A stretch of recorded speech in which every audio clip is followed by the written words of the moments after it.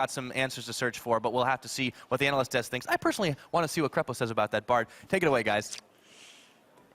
He's not here. We kicked him off.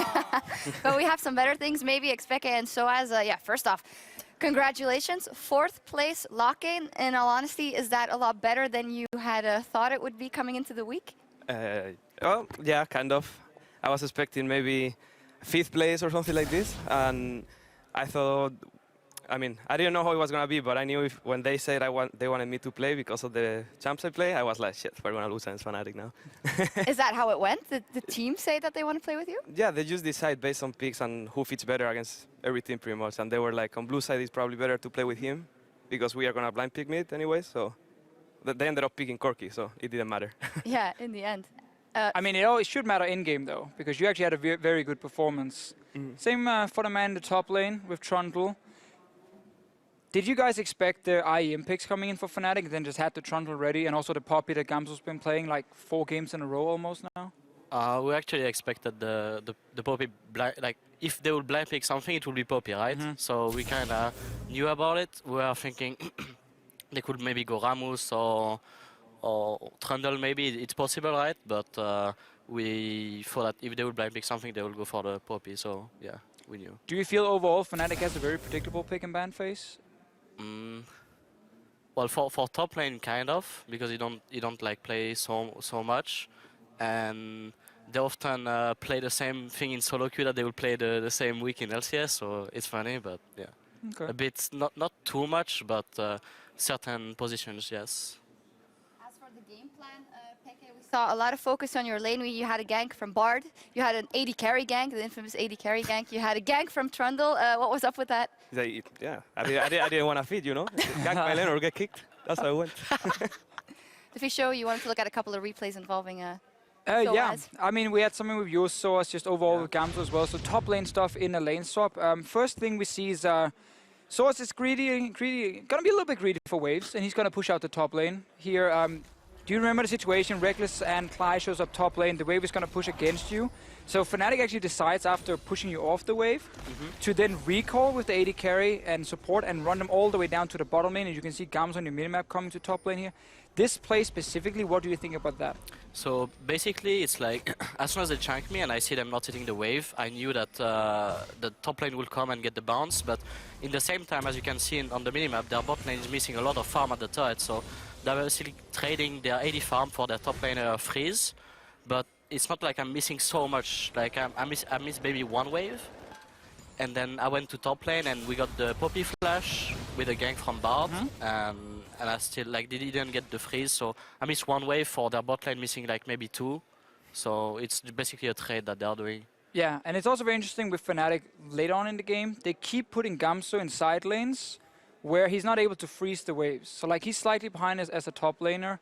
And whenever there's a wave pushing out, they keep putting Gamzo in that lane. And you actually went down and killed him at some point. Yeah, the thing is, at first they tried to put him on bot to freeze the lane. But I could just, we took mid turret because of it. Right. Because I push him, I go mid, I push him, I go mid, and at some point Soaz move as well, and we take turret. So then he realized it was not working, so he tried to push the wave. But then he died because he's like, with full armor. I think he had some fire and 1 more armor item or something. So I just one-shot him almost. But is this on the team then? Because what normally you would see was you would put AD carry, support jungle to push out the waves and then get the deep vision in the jungle. They're pushing out like you guys were doing over and over and over. So you have always a deep vision. Do you think this is a team call? Do you think maybe it's Gamzo saying, you know, I have to take this wave here? Or do you have any idea like what's going on? I just think they didn't have so much pressure. Like Corki never went to side lane until he had package at level 13 or something. And Poppy cannot win against Trundle early on.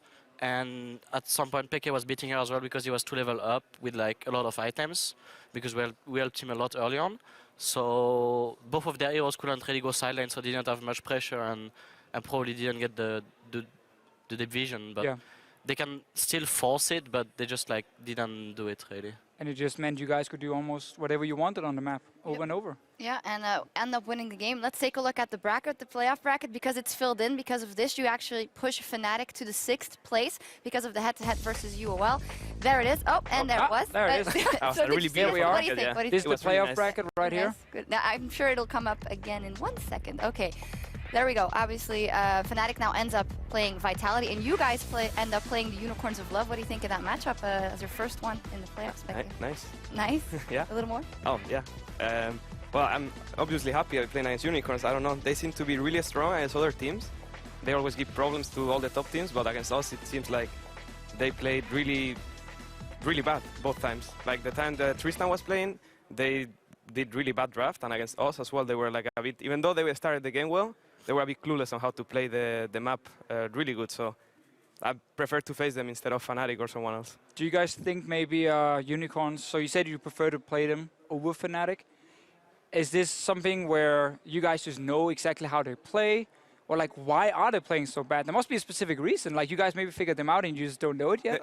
Maybe it's that, because it was both times against us that they seem to not play as good as against other teams. Like, when you see them playing against other teams, they seem to do smart things, have a good idea. Against us, it's just like they are playing, we can know what they're going to do. It's really weird, I don't know.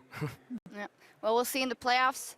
I'd want to ask you who you think is going to play in the mid lane for most of those games, but I don't think I'm going to get a straight-up answer. I don't even know myself. You don't even know yourself. I don't think anyone knows. So as We're gonna decide later, I guess. Yeah. yeah, what are your feelings so as now with, of course, yesterday you had a great performance as well with Power. You were doing well, seemed to be in a good place. Playoff thoughts, playoff so as enabled. He was He was We will see about that. okay. We will see about that. Well, in any case, congratulations. Fantastic 4th place for you guys. Thank you. All right, well, it's time for a quick break, but when we return, we'll look towards the fight at the bottom of the standings between Giants and Roccat. Stay tuned. Imagine if Source would actually play well. Yes, imagine that. They memed about Source. Source, after he gave the death away yesterday, they were like, okay, surprise, Source has the only death. Lol, guys. Big package on in there, and Exhaust is down instantaneously, stunned up. Origen looking for a second win. Everyone's getting bloodied, and the first blood goes to Amazing.